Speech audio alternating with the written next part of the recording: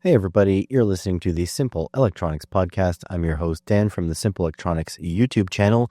This episode is brought to you by PCBWay, and more about that a little bit later on. How's everyone doing today? Hopefully you are all good. I'm recording this late on early access day for this podcast, so who knows how long this is going to go, but it's one of those things. So let's get right into it then. Today I had yesterday, on the 11th of March, I had a 6-hour long live stream. And usually I have live streams going on the second channel. This one is a bit different because it was on the main channel. So let me explain what happened. Aecert Robotics, friend of the show and fellow YouTuber, he has a hexapod, RC hexapod, that he's developed, and I believe he sells the STLs for it, or not the STLs, actually, it's open source, the step files, like the 3D files for it. Well, he's developed a RC transmitter, and he's developed a hardware kit for it. So essentially, everything you need to build the RC transmitter, minus the 9-volt battery and minus the 3D printed parts you'll have to provide yourself. And he reached out to me. He said, hey, I'd love to send you one of these kits. Would you be interested in streaming the build? I was like, absolutely, I'll stream the build. I love streaming anyways. So I've done that. It took a lot longer than first foreseen. And a lot of this is not really his fault at all. So let's get started. So first of all, the kit is in beta. So the written instructions are not finalized yet. In fact, he was modifying the written instructions as we went. But the main build, I would say, took somewhere around 4-ish hours. More or less 4 hours. If you reduced, you took off the time that I spent chatting with the people in the live chat and the time that I spent, monkeying with things because the instructions were different, or troubleshooting because it didn't work. So spoiler alert, it didn't work first try. And things that had to do with printer tolerances, which we'll get into momentarily. It's a roughly 4-hour build. So let's talk about what it is. So first and foremost, he's designed a custom carrier PCB to join all the parts together. And that carrier PCB is most of the build because everything kind of gets built on top of it. RC transmitters, like commercial RC transmitters, they typically have switches and gimbals and stuff like that attached to the case. And then little harnesses bring those inputs off to a main board, and the main board processes it and then sends out the signals. On this project, Aecert chose to put everything on a single PCB, which makes it quite compact.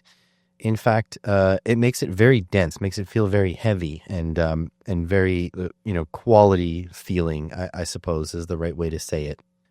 You have to print your own parts. So some of the parts are a little bit more challenging to print. Like the back half of the case has quite a few overhangs that you have to use, sort of like a tree type support. If you use regular supports, then it'll be built up on top of the existing material. So it'll be a little bit harder to print. But one thing I've noticed is that Aecert prototyped his parts on a Bamboo Labs.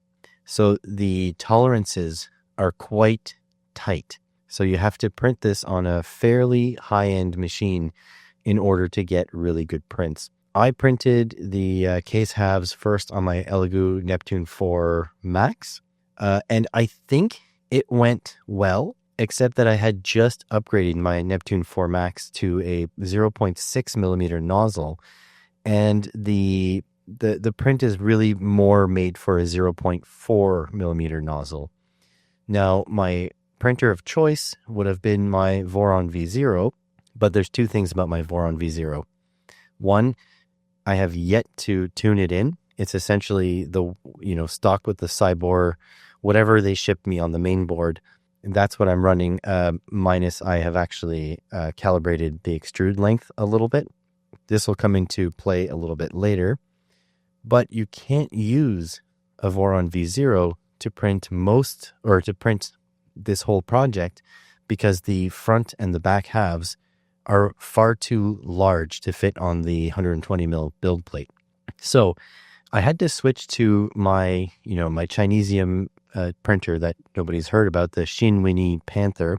And I had just rebuilt this from it being broken a little while ago. I think I talked about it in the last podcast, where I had to change the heater block and the throat and the nozzle with Volcano parts because it seems to be compatible, while retaining the original heater cartridge and thermistor, because I don't really want to delve into trying to update the firmware for a printer that I don't have any defaults to return to if anything goes wrong.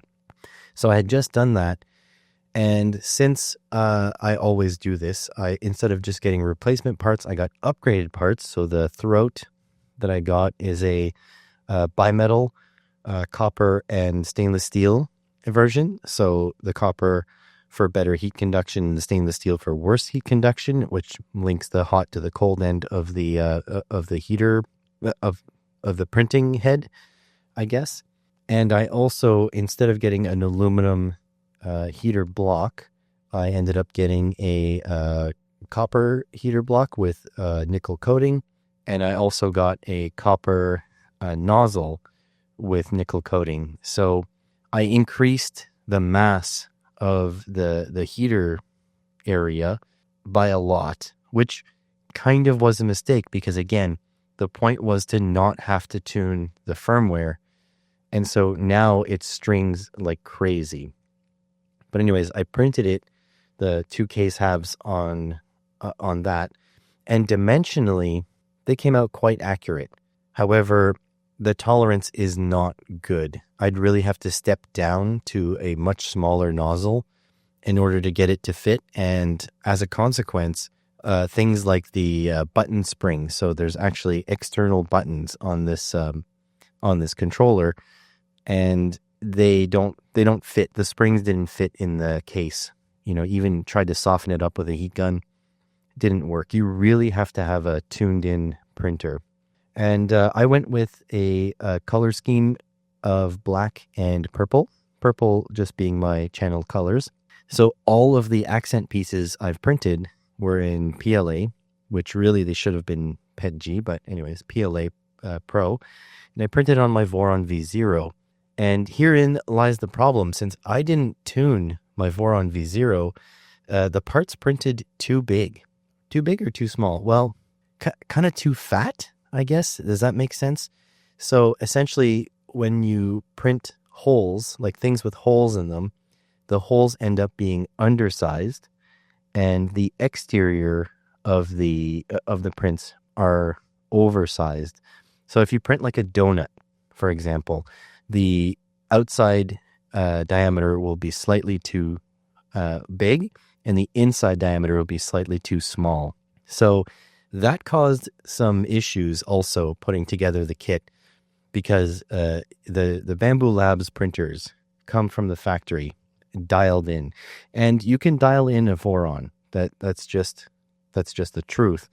But I just haven't done that yet. So my Voron, although when I make my designs, I tolerance them to fit. If someone else sends me designs, I now know that I can't print them on the Voron V0 until I take the time and tune it, which means I'm going to have to take the time and tune it. So I'm going to have to switch my camera view on one of my live streams to show the Voron V0, and we're going to have to do some tuning because, it's really my printer of choice. The heat bed heats up so quickly. The head heats up so quickly. I just need to tune it. So I'm going to be doing that on a live stream at some point. But anyways, I digress. So some things didn't fit because my printer wasn't, properly designed, and my old, the Chinese printer is pretty shit. I really need to do a brain transplant in that printer. I have so many main boards here that I think it'll be time to just do it. And then I could install Clipper and do custom firmware and make, tune everything in. So that's another plan for the future. But for now, it still did work with the STLs that I got from him. It's just that I had to clearance some stuff. Some stuff was really challenging, like getting the battery door to fit, getting the buttons, the potentiometer knobs and stuff to fit. Stuff that needed really tight tolerances didn't fit well. So if you're printing on a really dialed in printer, you'll be fine. Bamboo Labs especially. So there's that. Also, the controller is based on the Arduino Mega embedded.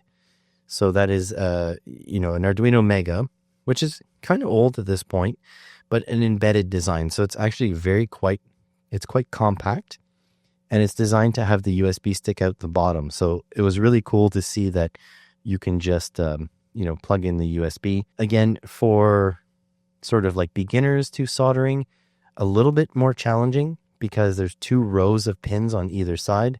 And so you kind of have to solder the outside row, snip off the outside row, the sticking out part, and then solder the inside row, or use a soldering iron with a very fine tip. In that case, you're just going to have a little bit of trouble transferring heat, but it is doable. So yeah, it's based on that. It also uses a NRF24L01 long range module, which again is a nice part. My part, however, the one that was sent in the kit from the factory, like from China, the antenna was soldered crooked on it. The antenna receiver, the antenna plug was soldered crooked. So I actually had to heat mine up and tweak the angle of the antenna. So not super beginner friendly. If you're not confident, you can easily melt things and whatever. Not so bad for me. It comes with 2 of the best feeling joysticks I have ever tried in my life.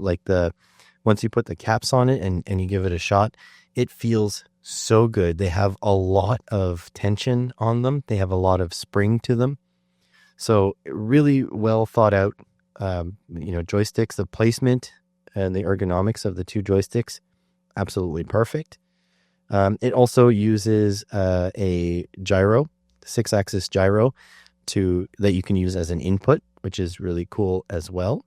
It uses 4 face buttons, 4 face switches, nice ka-chunk flippy switches, really good. The 4 face buttons are just standard, 5mm tactile push buttons, but they have long stems on them, probably to reach, the springs that he designed that fit on the front of the case. What was nice though, because they have those long stems, and it would be impossible if you just used a standard clicky switch, is that he was able to custom design some buttons for me because my springs didn't fit and my buttons didn't fit because of my Voron V0. He designed some custom ones that go into the hole and just sort of grip onto the buttons. So that was really neat to see. So that was nice. It's also got 4 shoulder buttons, which are micro switches with the little levers, and you slide on a 3D printed piece to make, I guess they're called bumpers, but yeah, little 3D printed pieces to make the bumpers. And then the star of the show, one of the best design choices I think that Aecert has made in this kit, is the OLED screen. It has a nice, big, and bright OLED screen, which refreshes very quickly. A really good addition, good way to do that, and it displays beautifully. So when you put this together, since everything is soldered onto one PCB, aside from the 4 bumpers, which are screwed into the case, you get something that's very compact, very dense. The ergonomics actually ended up really well, especially for being flat cased. The case front and the case back prints flat on their faces. You end up with something that is really well designed, really well thought of. A couple things that I would change came up during the live stream. Of course, I think there's nothing wrong with Acert's design. it just had me thinking of what I would personally want in a RC transmitter. And I think the number one thing for me is modularity. I think that's the important thing here. Now, Acert's remote is quite well designed to go with his hexapod, but my love is not for hexapods. My love is for RC airplanes, RC cars, and stuff like that. Although, don't get me wrong, I would love to build a hexapod. It's just that it's like 300 and something Canadian dollars just in servos, right? You need 18 servos per hexapod. So that's a lot of money for a 3D printed toy. So I was thinking, if I were to design my own, I would need someone else to code it for me, probably ChatGPT, because I looked over Acert's code, and even though some people in my stream said that the code was really well written and really nice, still way above my ability to make a NRF24L01 do anything. But how would I design it? Well, first and foremost, I would use probably an RP2350 chip. The ATmega 2560 in the Arduino Mega is starting to become long in the tooth. Now, I understand that I believe the Mega has a lot more inputs than the Raspberry Pi chip, so especially analog inputs. So it does really have its place.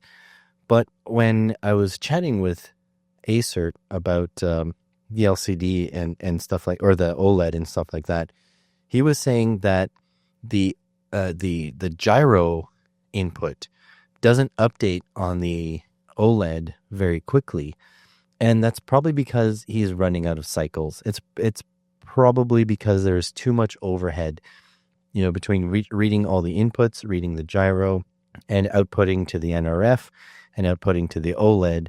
There's just too much overhead for that aging chip to do. The 2350 in comparison, I think, has a 10 times faster clock speed. So there's that. And it's also a dual core chip instead of the single core chip. I see that it has on the bigger chip 48 GPIO that you can use, which is great. Although I do think there are fewer analog inputs, however. Yeah, I think you're limited to 8 on the big chip on the QFN80. So fewer, ADC channels, but you could use an external ADC, I suppose. The other thing is that the RP2350 has 3 state machines that you can use for really quick. I believe you can use them for outputting, data in frequencies that you need for, for outputting radio signals. But I am not super familiar with that. Familiarizing myself with the PIOs, the state machines in the in the RPi, is one of the things that is on my list, because I think that's super cool to have hardware level state machines you can use. So I was thinking that I probably want it based on a more recent chip like the RP chip. Now the ESP32S3 is another consideration. That's a hell of a chip too. So that is also possible. However, I think I like what the Raspberry Pi has done with the RP chips, and there are a lot of projects around it. So I think the odds of me finding sort of example code for kind of the stuff I would want would be a lot easier to find on the RP. Maybe not on the newer RP chip, but at least, on the RP2040 at the very least. Now, what else would I want? Well, I really like the OLED. I really like the OLED that Aecert has chosen in his controller design. So I'd probably go with something like that. But I think in the long run, I'd probably want a bigger screen. And just shopping quickly on AliExpress, it tells me that I would probably have to settle for an LCD display if I wanted something bigger. There's not really any bigger OLEDs that still retain like an SPI connection. It's all, TFT and LCD screens. I would avoid a TFT because most of the time an RC controller is being used outdoors. and TFT screens just don't have the brightness to be seen outdoors. However, you can get some high-end screens which are IPS. So IPS screens tend to be a little bit more crisp in color-wise and a little bit brighter. And so I feel like my stretch goal, instead of using the OLED that Aecert used, which would be where I would start because it's a fantastic screen, I would probably go with the IPS display, slightly bigger, 3.5 inch, something like that. And from there, you can add a lot more functionality to the screen, right? Like he's done a lot of great stuff with, looks like he used like U8G libraries for the OLED. Everything kind of shows up when you activate all your switches. They show up on the screen as being activated. He's built a full menu. And again, this is impressive because this is all running on an old processor, right? The Arduino Mega is aging at this point. It's definitely showing its age. So he's been doing that. He did really well. But I think if I were to get a bigger screen, it would probably have an integrated microcontroller. So it would have a microcontroller just for the screen. And you can actually pick these up quite commonly. I mean, if you look at Brian Locke's cheap yellow display, that has an ESP32 built directly on it. And just chatting back and forth with ChatGPT is telling me that communicating from one micro to another to control the screen is actually a smart way to kind of divide the tasks. You can use the ESP32 screen as a coprocessor, and essentially your main chip will just do all of the input and output work, and then your screen chip will do all of the designing, the graphic, putting the graphic layers up and modifying the elements and stuff like that. In fact, you could even use a coprocessor for the output stage. So you could use like a RP2350 to run the main brains. You can use the ESP32 to run just the screen, and then you can use an RP2040 to run the output stage, like the NRF and the communications. And in fact, you can even have it do, two-way communications through the NRF and then report that data back. I'm not sure if that's actually necessary, but I'm just saying that you could, if you had way too many things integrated into your project, you could use co-processing in order to offload it to a different chip. Now that seems a bit extreme, but just you wait until I talk about the other features I would like to add, which is, of course, modularity. So what's very nice about a commercial RC transmitter is that you can pick the RC transmitter that suits your needs. So if you're doing, freestyle drones, for example, a lot of drone pilots are saying they want a latching switch in where the bumpers are. So you click it in, it stays in, and then you click it again and it comes out. So it's always on until you click it, and then it's always off. Then you click it, then it's always on. So what I would like to do, what I envision to do, is that you wouldn't solder all of your switches onto the PCB. The PCB would have a whole bunch of little connectors. The type of connectors Aecert uses in his are pretty good for that. They're like little Molex connectors. But I envision the case having sort of like flat shoulders, which are screwed in from the outside. And on those shoulders, you could install whatever switches you want. So you would get the 3D file, and you would, in CAD, or if you want, you can route it out with you can use a drill or whatever. You would install your switches there, and then you'd route the cables onto the PCB where the plug would be, and you'd plug them into whatever input you want it to be. So if you want it to be switch 1, you just plug it into switch 1. And that way you could decide however many switches you want and the placement on it. So I envision my case to have 2 spots, sort of where the bumpers are on Acerts. They would just be like inserts screwed in from the front, and you can put as many switches there as you want.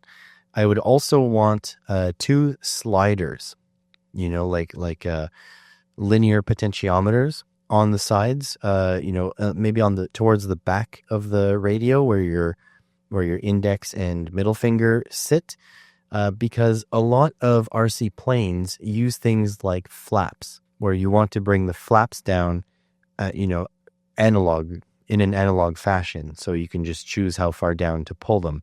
So I think those sliders would be a good addition. So they'd probably be, slots in the back where you can put switches there if you want to. Then at the very front, probably have, 2 panels left and right, or 3 panels left, right, and center, where you can put switches there if you'd like. And then a big panel in the middle where you can select your control scheme. So Acert's remote uses, like controller style gimbals. These are joysticks that you would find on like a gaming controller, like your Xbox controller or your PlayStation controller, where when you release, it goes back to the middle. Now, certain drones and stuff like that use that style. I think DJI, the DJI drones, camera drones, use that control style. When you let go of the stick, whether that be your throttle or your tilt, the drone comes back to a 0, right? It just will go back to a hover. But when you go to like RC airplanes, cars, and drones, like racing drones, generally you'll have either on the left or on the right, one of those sticks doesn't have a return in the vertical direction. So you would have a gimbal that you can go up or down to set the throttle, for example, and then you would use left or right for another function, which would return. So I would like the option to add that. And so the gimbals would be replaceable as well, and on a little harness and plugged into the main PCB. The gimbals, each of them would need 2 analog inputs. Acert's has also a push down function, because that's all gaming controllers have that function as well, and that's what it uses. So yeah, it would allow for that as well, to have more inputs on there. Another custom option I would add, or modular option I should say, is custom powering. So Acert's controller uses a 9-volt battery, and there's absolutely nothing wrong with that. In fact, it's quite common to run on, household batteries. And for an Arduino, you can't really use AA's unless you stack up at least 4 of them, right, to make 6 volts. But really, because of the dropout, the low dropout 5-volt regulator, you probably want to be a little bit higher. So you probably want 6 AA batteries, and then it gets really bulky. So the 9-volt was, I think, the right call. But for my radio, I think I would design in, a way to use either a lithium polymer cell, a 18650s, like those cylindrical lithium cells, or a stack of AA's, or 9 volts. It really needs to be flexible, because I think each person who uses these kinds of things, they're quite stuck on one method that they find is easiest. Some people don't want to go buying 9-volt batteries. Aecert recommends that you get a rechargeable nickel metal hydride cell, or is it lithium? I don't know. Anyways, the 9 volts that you actually plug in via USB to charge, which is a great solution. But I have none of these in stock. And in fact, while we were testing, I had a 9-volt battery that tested, 9.5 volts or whatever. It tested new, but just in a couple minutes, it died. Now, that wasn't a 9-volt that I just pulled out of the package, so obviously it wasn't fully charged. But it's a little bit demanding for a 9-volt to produce voltage for a while. I really should have ordered a rechargeable one, but I think the best option for me is to allow people to pick their own power source. I think that's reasonable. I think in Acert's case, it's probably better to just do the 9-volt, because it's quite a compact case, and you've got a PCB covering everything. So I don't know how you would fit an 18650. I was talking on stream that I would design sort of like a part that sticks to the bottom and adds my power solution. But something like that is for the future. For now, I think if I designed my controller, then it would have a sort of like a battery bay that can be expanded to use bigger solutions, or shrunk down to use smaller ones.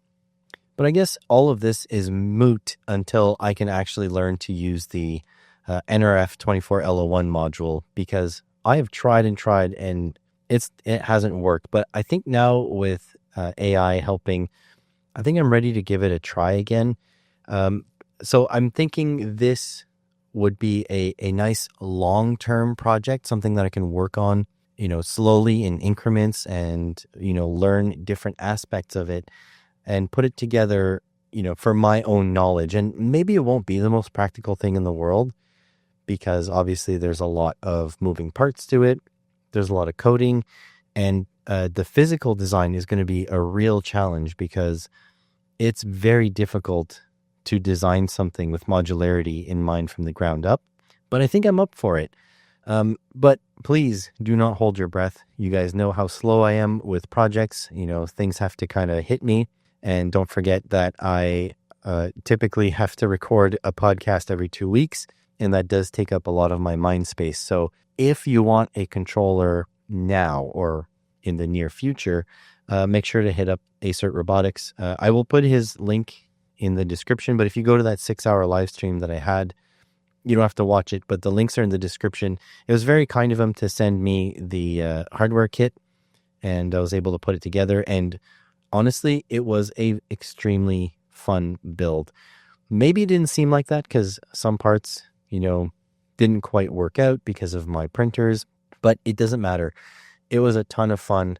And now I have a working RC transmitter. And in fact, he even provided some demo code for a receiver that I can actually use to, make work for whatever I need to do. So that was really nice of him. And I want you guys to go and check out his kit. It's not for everyone, but if you think it's for you, then pick one up, because supporting makers is important. And speaking of supporting creators, PCBWay is the supporter of this creator. They've been supporting this channel for a very long time, and it's not because there is something specifically cool about my channel. It's that they support makers, small communities, as well as the big ones. And so if you want to immortalize your designs into a PCB, so you made something really cool on a breadboard, and you want to put that into a forever home, check out PCBWay.com for $5 plus shipping. And I will say the shipping is quite reasonable, especially if you're patient. You can get up to 10 boards. Actually, you can get more if your boards are smaller, but 10 boards, 10 centimeters by 10 centimeters in size or smaller. Make sure that you upload your designs to PCBWay, and then you change the quantity on your board until the price goes up, and that's your practical max. Also, if you have more than one design, you can order them all at the same time, combine your shipping. And on top of that, you will be helping support creators, because that's what PCBWay does. That's why you hear a lot of advertising on YouTube channels for PCBWay. They are doing this, A, yes, because they're a business, they want to gain market share, but B, they target small creators to support small communities. They're also sponsoring events like Open Sauce. They're doing a lot of good in the maker community. So check out PCBWay.com for your PCB needs, for your 3D printing needs, for your CNC needs, and all sorts of other stuff. Link in the description. All right, let's jump into some electronics news. Not too much interests me that much in the electronics world these days, but I did find something quite interesting. TI developed a absolutely tiny microcontroller. It's 1.38 millimeters square. Now, they don't say specifically what the form factor is, so we don't really know what the sizes are, but it looks like it is in a 2x3 sort of form factor. 2x4 form factor. And so this thing is absolutely tiny. In the photo in the article, it's on someone's fingertip, and it looks like about the size of 2 fingerprint ridges in the shortest dimension, and that would make it 4 fingerprint ridges in the longest dimension. This thing is absolutely tiny. They say it's about the size of a pepper flake.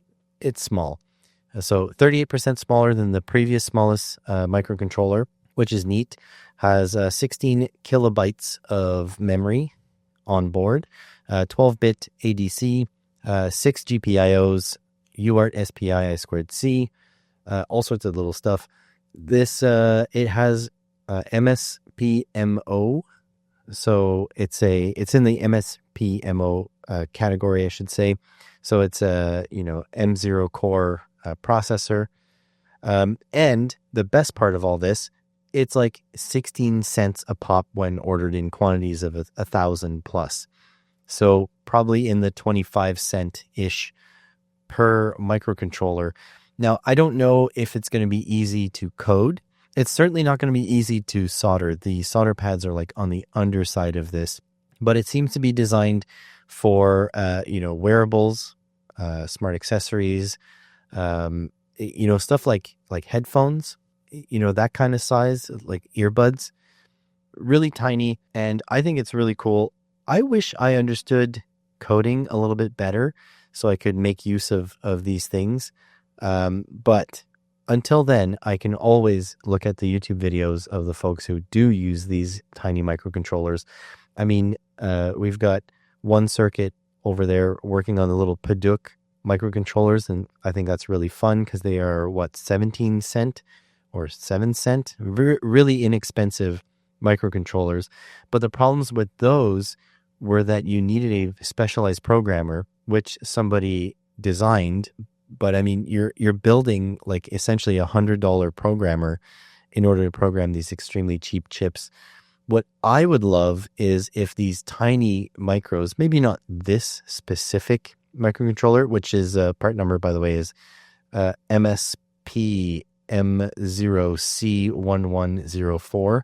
So I would love these things to be adopted by sort of the makers in the world. And instead of just being the electronics enthusiasts, which tend to be okay with very complex designs and complex tasks to do to get around these things not working on off-the-shelf, IDEs and stuff. I would love this to be taken over by makers and have something simple that I can just open a window like an IDE, code in, whatever language it codes in, and just, send it to it. That would be awesome. But we'll see what people get to do with these things, especially since they're inexpensive. I feel like someone's going to buy it and code it for the clicks. Next up, we have a project on Hackaday by creator exa.hacker. That's exa.hacker. And they designed an adjustable snap probe, they call it. So picture a clothespin, but a clothespin that instead of, pinching on a cord, one half of it, and it's 3D printed, by the way, one half of it has like a flat platform. The other half has sort of like an arch that supports a holder that looks like it has pogo pins inside. And this would be the pointy style of pogo pins, like the multimeter probe style. And they look like they are angled in a V. And it looks like this is for probing little tiny components on little tiny boards. The design looks quite simple, yet elegant. And in the images, showing it in use, there's an absolutely tiny PCB which has something like 0603 type resistors and capacitors. And this probing device is happily probing these components. Now, I don't see anything connected to the probes. I would suppose that you would have to, use alligator clips on the top of the pogo pins, and that would be able to, go back to your multimeter. So maybe there's a little bit of refinement in the design there, but it is really cool to see makers create solutions to, the problems that they have. Oh yeah, and in other news, I have become a drone pilot. I don't know how long it's been since I've flown my drone. I have a ZMR 250 from, 2015, maybe before that. I don't remember actually when I built it and when's the last time that I flew it. But I stopped flying because Canada, well, pretty much the whole world, but Canada included, made you have to register as a pilot and then register your drone if you had anything above 250 grams to fly. And the ZMR was quite a bit above 250 grams. Is probably around 400 grams, maybe a bit more. So I just sort of sold off the fixed wing airplanes that I had purchased, and the ZMR, I was thinking of selling it, but it's just been sitting in a box here doing nothing. Well, I got the bug recently to start flying drones again, and I find it quite interesting. So first of all, I took my test with Transport Canada. I am now a registered drone operator, so now I can legally fly drones, anywhere I want, except for within 3 nautical miles of like an aerodrome or whatever. So that's fine. Now I just need to pay $5 to register my drone. Then you have to put your registration number underneath the drone or somewhere visible on the drone. I think I have an idea for that. I think I'm going to put, because I make YouTube videos, I think I'm going to put a 3D printed cover that says, flip open for number, and essentially cover the number so it doesn't show up in any footage. But then, I can fly drones around. I have to find a couple of spots because there's helipads and airports kind of everywhere in Ottawa. But I'll make sure to, map out some spots and I'll go flying.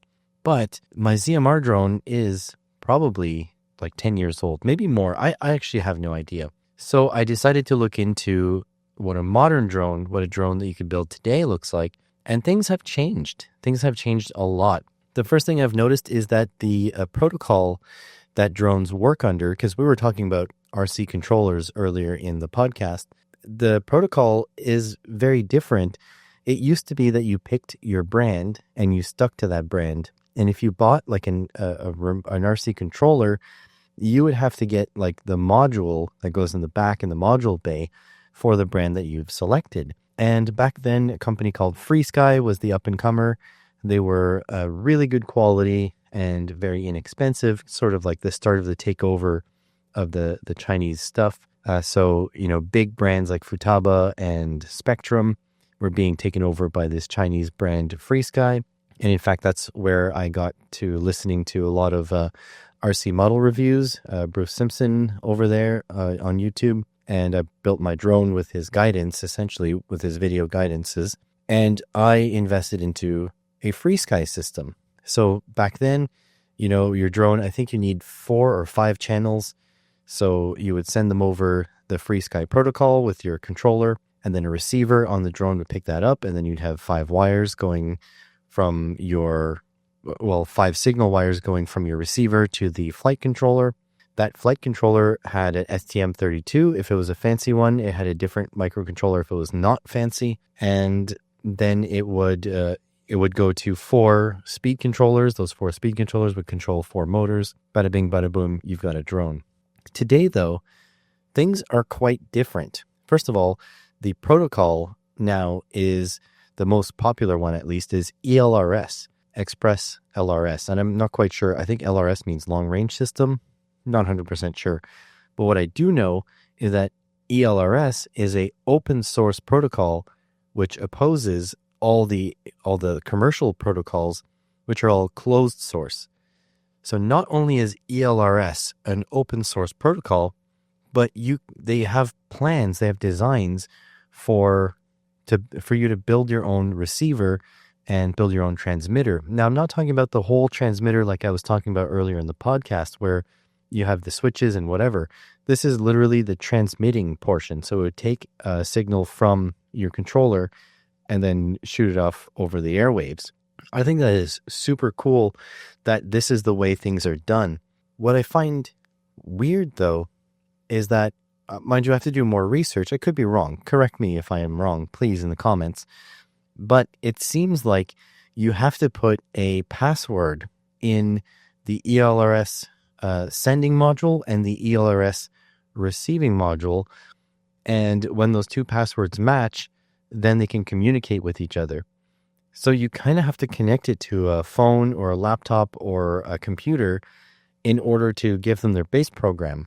Whereas a normal drone, or a normal RC system, I should say, you would, turn on your receiver, and then you would hit the bind plug, and then you turn on your transmitter, and you'd bind it like that, and then they would be bound, they would know each other, and then that was it. But ELRS seems to be doing it differently.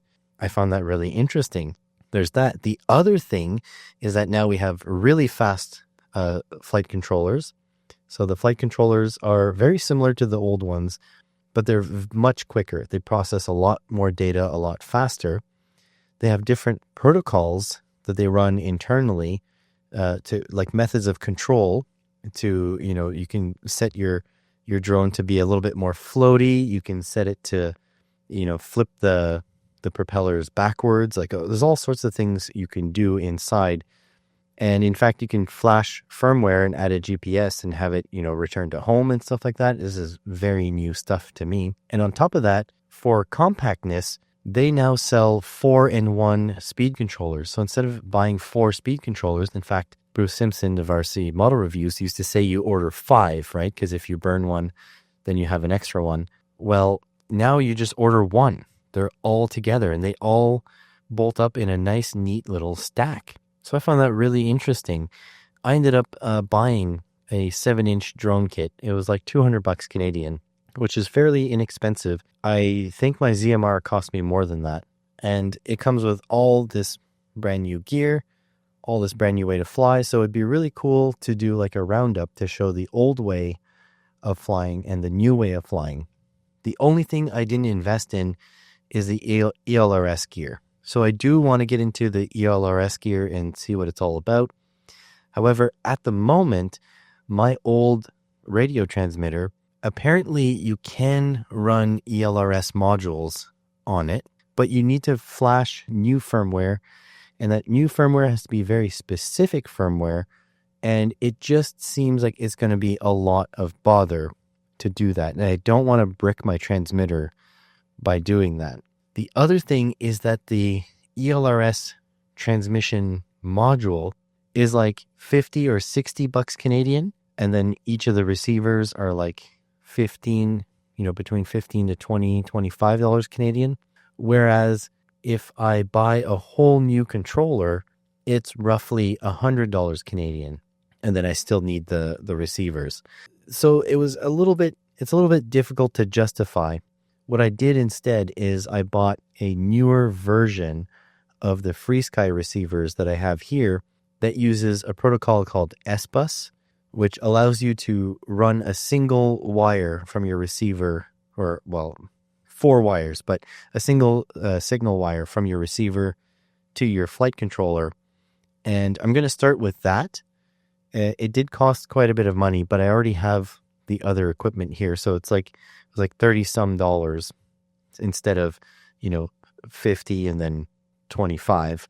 So it still costs some money, but I want to start with that. And then maybe I'll go the open source route and build my own ELRS receiver. I'm not sure. I want to put together this drone on a live stream and then give it a fly and see how it flies. And especially to see how it flies compared to my ZMR 250 here. That's going to be really interesting to, check a 10-year-old drone versus a modern one. Just want to add 2 little last things before we get going for the night and I get started on editing. By the way, it is 11:32 p.m. on Tuesday now. Wednesday, sorry, as I'm recording this. So yeah, this stuff takes really long to record. So what I wanted to say is that I've been attending still those EV classes, and I do have to say that the more classes I take, a little bit, the more repetition there is. There's a lot of stuff that I inherently understood because of, years of researching this stuff and sort of delivering it as a teacher. So every time I go, I feel like less and less of the time is spent learning new stuff. So just pass a little bit over, a couple of the things that that I've picked up. So first and foremost, you would think since you're sitting on a giant bank of batteries, if you had to heat your vehicle up, right? In winter here in Canada, it gets cold. You would think you'd have a resistive heater. And the truth is, there is a resistive heater in most EVs, but also they use a heat pump. So I'm sure you've heard a lot of tech YouTubers talk about heat pumps being, they're the device that's going to save the planet and use less energy. Essentially what it is, it's nothing super complicated. It's the exact same technology you have in your refrigerator, except that it can run in reverse. So it runs in reverse, and when it runs normally, what it does is it takes the heat out of your fridge and exhausts it out the underside or the backside or around the casing, the outside casing of the fridge. And so if you were to inverse that process, it would grab the heat out of your kitchen and pump it into the fridge. Well, that's kind of what's happening in your EV. So there's a resistive heater for it to heat up very quickly. They call it a PTC heater, but I mean, it's essentially a resistive heater that increases, it's like self-regulating, and that's run off the high voltage battery. Well, they also have the heat pump, which is essentially like your air conditioning system, which, warms up takes the heat from the inside of the cabin and dumps it outside. Well, it reverses course to attempt to heat the cabin. The problem is when it's like -20 or colder, there is not a lot of heat on the outside. If you think like the air at -20°C, is very cold. So it has to run quite a bit in order to take that little heat and dump it into the cabin. So they do have a resistive heater. Now on the Kona EV, there's none of that goes to the batteries. The batteries have their own coolant system, sort of like the regular coolant in a car, or something like if you'd have your computer water cooled, that would be the same type of system. And there's a heat exchanger between those two.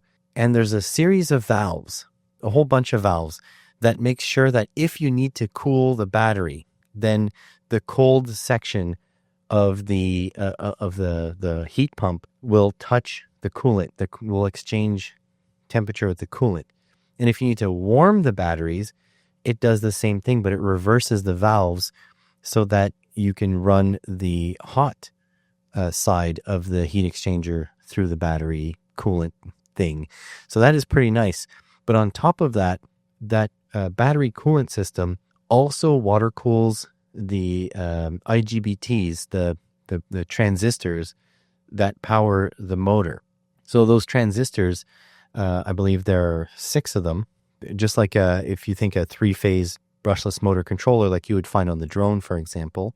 So they are mounted onto an aluminum plate, which has fins, these were actually pins pressed into the plate, and then the pins were bathed in that same coolant. So you're water cooling, the car is water cooling the IGBTs that powers the electric motor. And I found that really interesting because this is a system with a single electric motor. Lots of EVs, performance EVs, or even long-range EVs or all-wheel drive EVs happen to have 2 motors.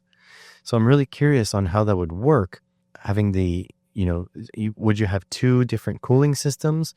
I know the Chevy Bolt, which I've worked on before, it has 3 coolant systems, but that model only had 1 motor. So is it 1 for the motor, 1 for the controller, 1 for the batteries? I don't really know. I just thought that was really interesting that the IGBTs and the batteries were cooled by coolant, and then they used a heat exchanger with the heat pump system in order to keep them cool. So that was really nice. The other thing is that those battery packs on the inside, the battery modules inside of the battery pack, the teacher said they use bus bars instead of copper wire. So that made sense to me. You do want to run a bus bar. It makes more sense than wire.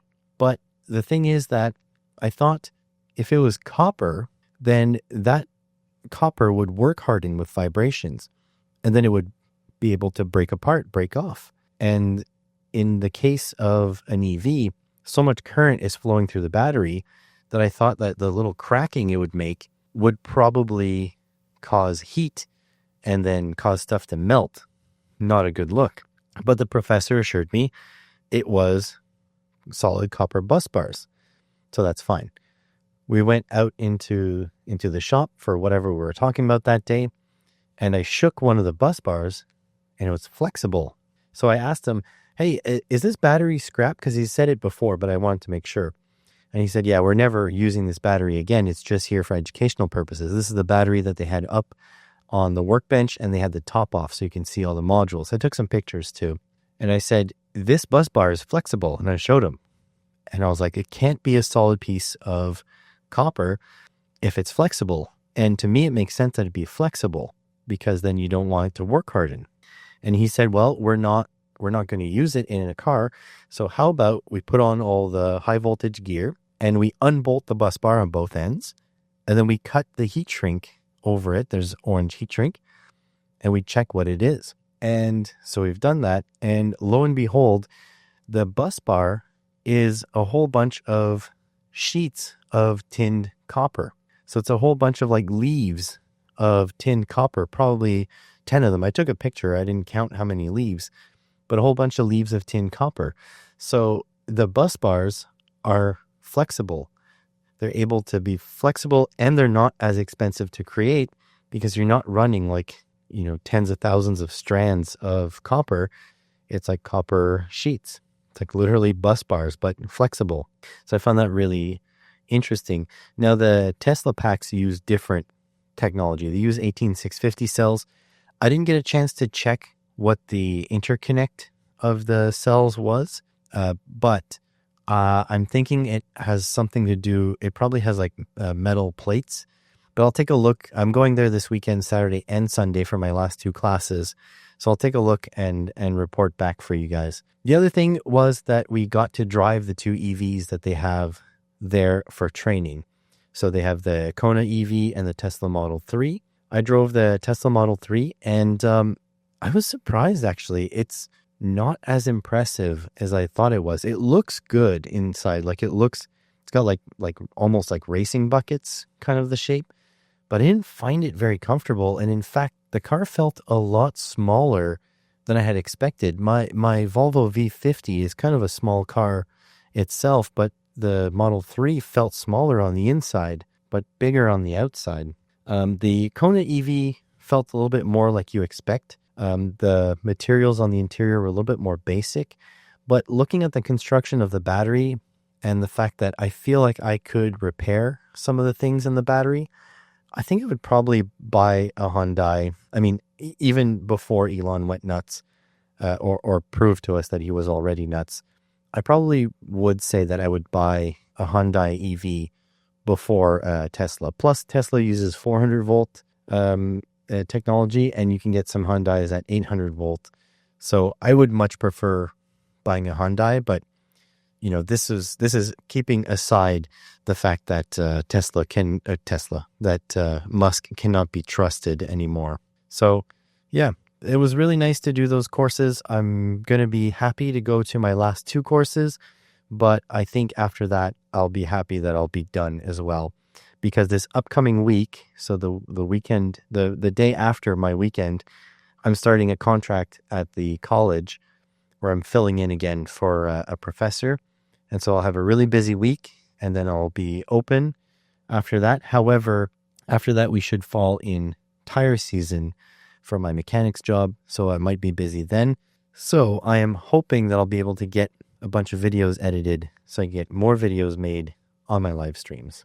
But anyways, I think I'm going to leave it there. Thank you, everyone, for listening.